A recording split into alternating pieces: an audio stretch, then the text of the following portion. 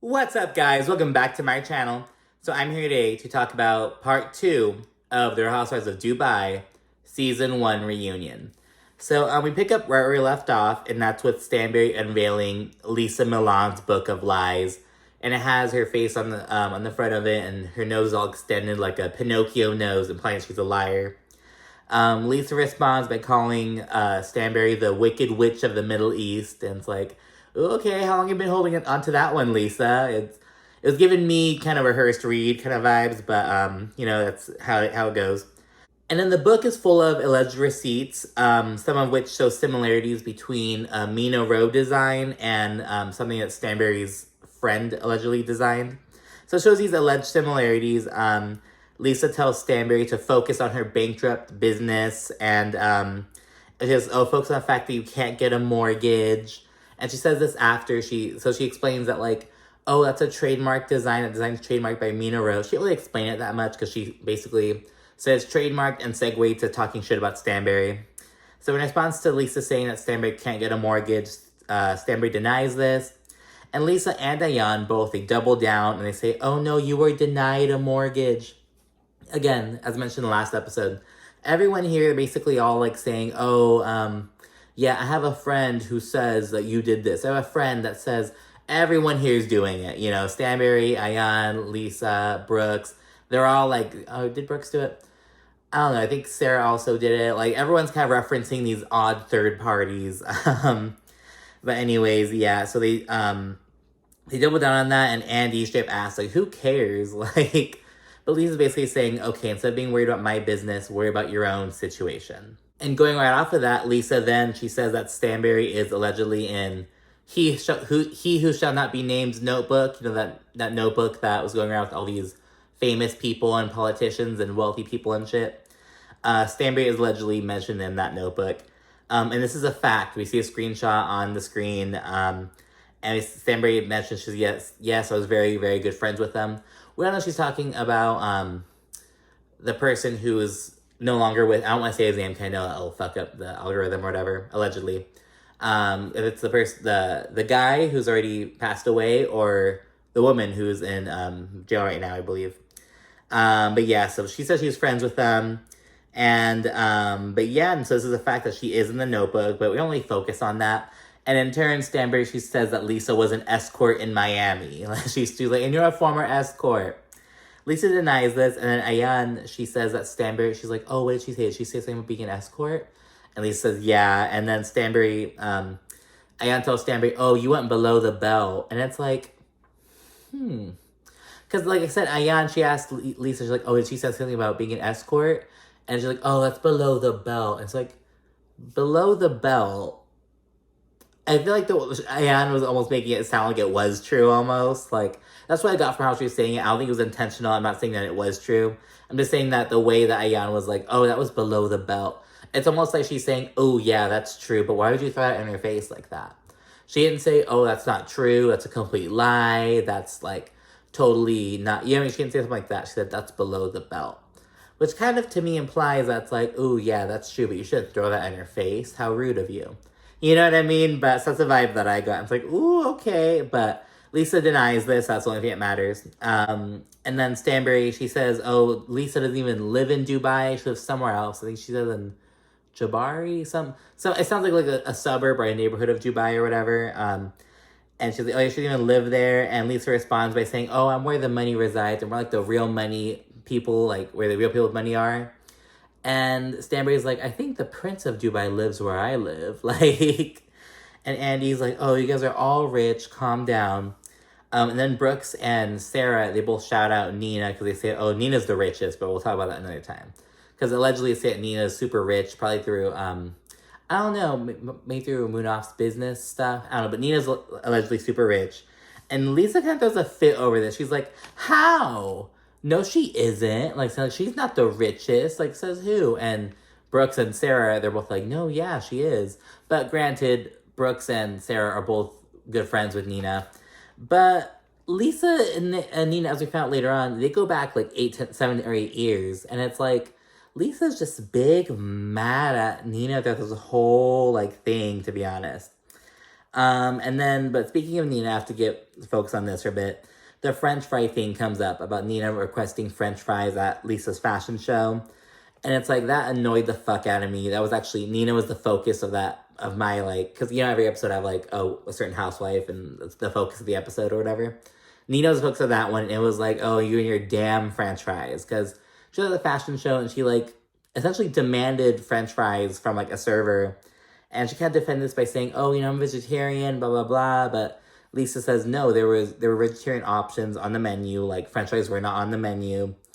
But yeah, so that comes up for a bit, and it's really dumb, but it's like, yeah, it was really rude of Nina, to be honest.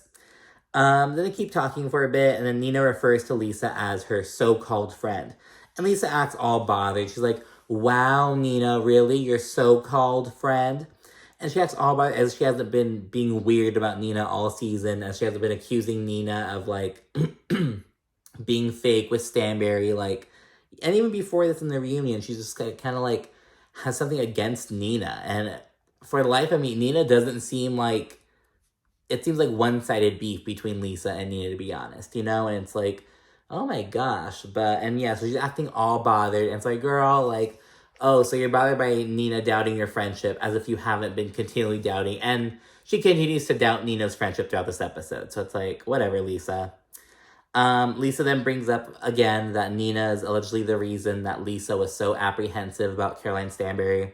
She says that, oh, you used to talk all kinds of shit about her. You called Stanbury a belligerent drunk. And Nina, she owns this. She's like, she's like, I never said, and Lisa, and then she like stops herself. She's like, no, I did say that, because Lisa also mentioned, like, I have receipts. So she was ready to prove that Nina said that, but Nina owns it, and she says, actually talked about it with Stanbury already. And Stanbury, she's like, yeah, you know, I was kind of, you know, because Stanbury mentions again, Stanbury wasn't a fan of Nina either. Their kind of dislike of each other was mutual. But Nina was kind of talking shit about Stanbury, it turns out. But she says, yeah, you know, we didn't know each other back then. Now we got closer. We talked about it. We, like, laugh about how we didn't like each other at first. And now we're super close. And that happens sometimes. But yeah, so Nina owns it. They kind of... didn't get that out of the way, essentially. And Nina and Lisa go back and forth. Lisa denies that her issue is with Nina cozying up to Stanbury, because, like, remember, this whole thing is about Stanbury, essentially. Because Lisa feels as though she's like, oh, Nini's talked shit about Stanbury, but now she's all close to her, so what the heck? So she feels that way, but she denies that it doesn't have anything to do with Stanbury. She says it has to do with Nina being fake. But Nina's like, what's the problem with me getting closer to Stanbury? Are you threatened by a relationship? Like, what's the issue?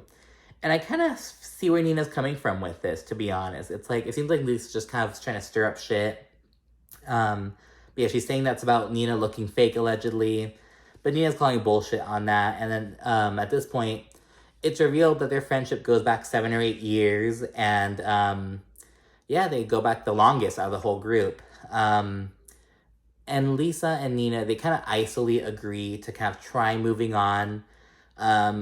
But they kind of seem to not really fuck with each other right now. You know what I mean? But they're going through the motions. But Ayan and Brooks both believe that their friendship has enough history and they go back far enough to where they should be able to get past this if they, like, sit down and talk it out. So they have hope for them, but, you know, who knows? Everyone then breaks for lunch. When they're walking out, Ayan, she's shit-talking Sarah's highlighter comment all late. She's like, oh, that bitch can only come up with highlighter. Like, it's like, you didn't even know what a highlighter was. Like, she's talking shit about that. And she says that she won't be as quiet in part 2 of the reunion. So we'll get that going. Then we come back and we start off with an Ayan recap. Just kind of going over stuff about Chanel Ayan throughout the season. And Lee's will get emotional afterwards because the kind of recap ends off with Ayan kind of talking about her circumcision, or FGM, female genital mutilation. Ladies are all getting emotional as she's talking about it. And Ayan, she says that the aunt, because remember, she got it done, but, like, she was 5, and she went over to her aunt and her grandma's place, and then they took her to get circumcised while they were there. She says her mom had nothing to do with it. Her mom was against it, but they did it. And Ayan says that her aunt, who had it done on her, she's now a major advocate against it. Like, she's really outspoken against the practice of it. So Ayan says she feels like ambivalent about that. She's like, I sometimes have resentment towards her because she did it to her, but she's glad that she's trying to right these wrongs by kind of being an advocate now. And yeah, and then Ayan says that so she, because Annie brings up the word FGM, female genital mutilation, that's the most kind of common way of kind of talking about it. But Ayan says, like, oh no, I wasn't mutilated, it was just circumcision, and in her words. But I just want to kind of point out that, like, in discourse in medical community and stuff, like, female circumcision is considered female genital mutilation, I believe. Like, there's no, like, it's considered that, but Ayan's just kind of trying to make, like, a distinction between them.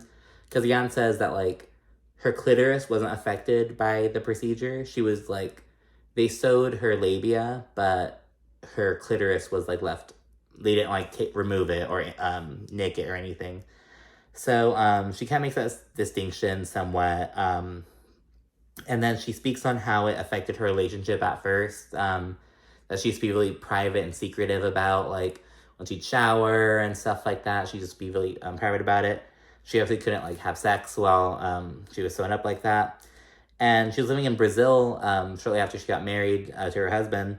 And she had to go back to Kenya in order to get unstitched. And so, yeah, it's really pretty graphic. And she speaks on how talking to Sara really encouraged her to open up about the experience and the trauma. And she thanks Sara for introducing her to hypnotherapy.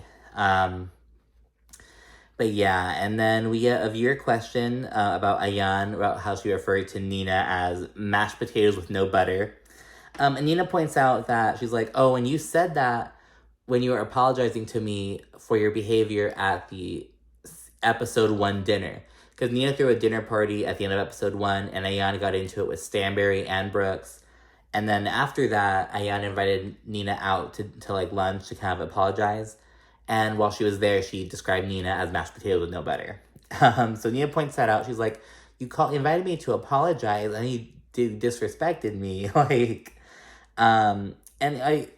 Nina also points out that Ayan was trying to make her feel guilty about the Stanbury and Brooks drama, because Ayan was like, she went to apologize to Nina, but she was also kind of like, oh, I was kind of flabbergasted that you didn't, like, intervene when I was going at it with Stanbury and Brooks. And then Ayan goes on to say that she was being bullied at the table, and Nina was basically letting it go on. But Nina says she did try to stop the drama, and this is confirmed by both Brooks and Stanbury. And for just, what's the word I'm looking for? For transparency, people are all alleging that Stanbury, Brooks, Nina, and Sara, that they're all in this just alliance. Or, like, it's not a friendship, it's an alliance. That's what everyone's saying. But yeah, so take that with a grain of salt. But yeah, so they said Nina did try to stop the drama. We see unseen footage of her kind of trying to interfere, but she's on the opposite end of the table from them, and they're just being so loud that they couldn't hear her. Then a conversation comes up about the ladies allegedly conspiring against Stanbury. And we find, because Stanbury says, she's like, oh, there was a plot to get me off of the show, to get me off of the friend group. And everyone's like, what the fuck? Like, what do you mean? And we kind of found out that it wasn't really a takedown, as Stanbury was making it sound, but it was more like, because Stanbury was the one who, like, everyone knew already. They're like, oh, we know her from Ladies of London. We'll see her new life in Dubai. So she was kind of like, everyone's like, ooh, the queen bee or whatever. So they were kind of like, oh, well, everyone's saying she's the queen bee, so let's make sure we bring her A game and show that we're all queens too. It was more like that, to kind of address that and shit. So yeah, they kind of get out of the way. So, like, okay, no one had any plot to take Stanbury down. It was all just, okay, they just said she was just getting more attention at first, which is natural, because she was, as Andy puts it, she was like the anchor, you know, because she was the returning face. But yeah, so kind of address that misconception. Let me follow this up with a quick little kid compilation, just little scenes of all the kids and shit, nothing too noteworthy. Okay, then we get a little rapid-fire focus on the feud between Stanbury and Ayan, and also Stanbury and Lesa a little bit. So they focus on Ayan being excluded from the hen party way back in episode 1. Stanbury's comment about, is she gonna suck your dick? She saying that about Lesa and Sergio. The comment about blowing Sergio, essentially. The comment about Lesa's husband referring to Stanbury as a 50-year-old influencer. And Ayan wearing her dress at the engagement party. All this shit came up. It was like rapid fire. Not a lot of time was spent on all of it. Maybe the dress at the engagement party a bit more.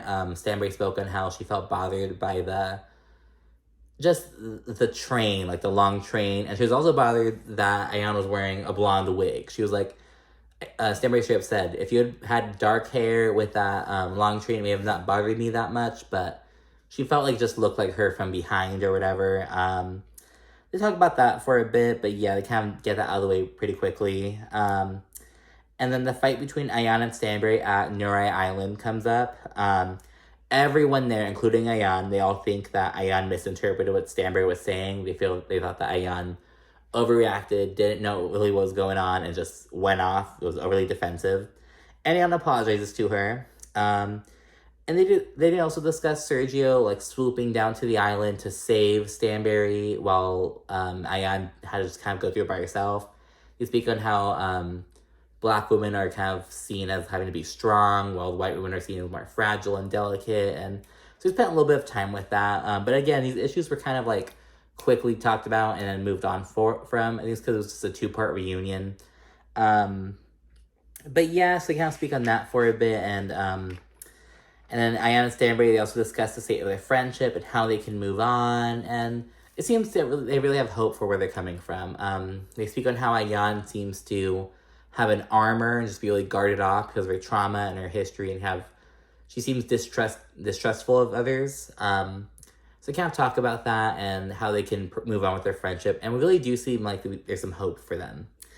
Lesa and Stanbury, they also kind of they want to move forward as well, but they're both accusing the other of starting the drama. So they're both like, oh, I was retaliating to your attacks. You attacked me and I was retaliating. So they both feel that way about each other. Neither of them are really backing down. But then they end the convo by laughing and reminiscing about Nuri Island. They agree that they have a good time with each other, but they just have to kind of work on their stuff, Seems to be a good place for a reunion. Yeah, I mean, we see that, we see some bridges being repaired a little bit, and we'll see if they continue to kind of work in forming these relationships in season 2.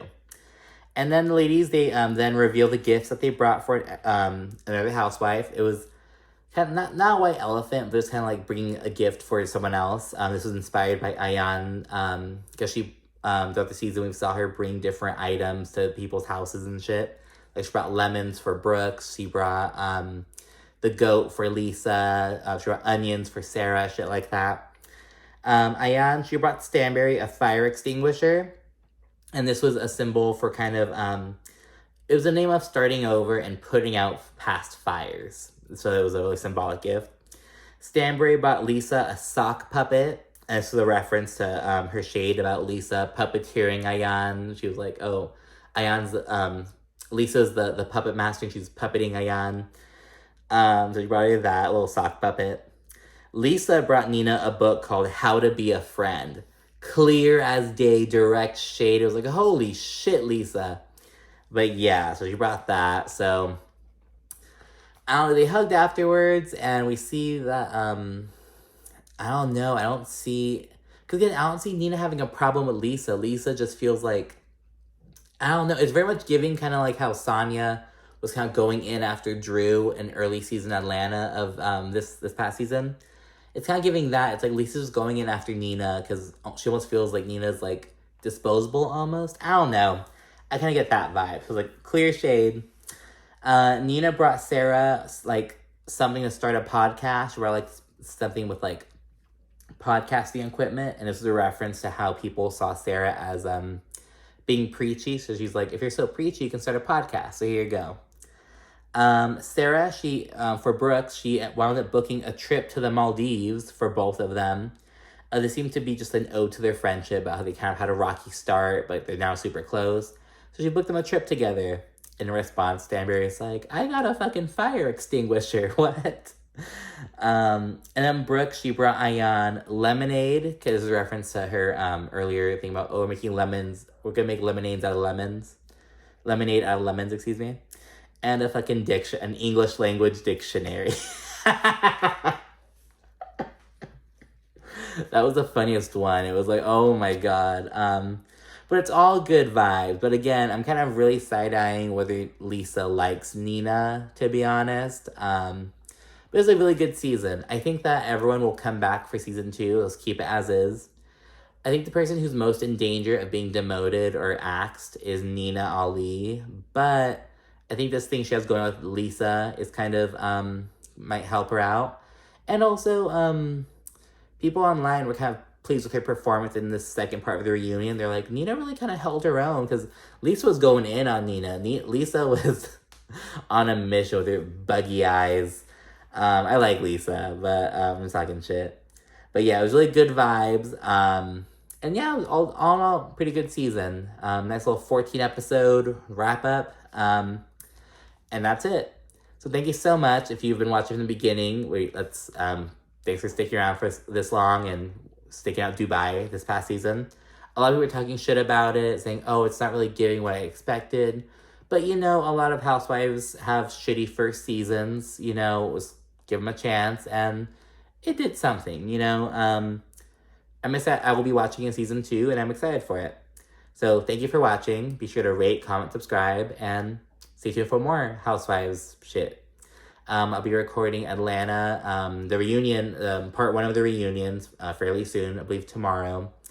Then Beverly Hills, they're in Aspen still, upcoming on a Wednesday. And then we have Salt Lake City coming up in the near future, followed by Potomac.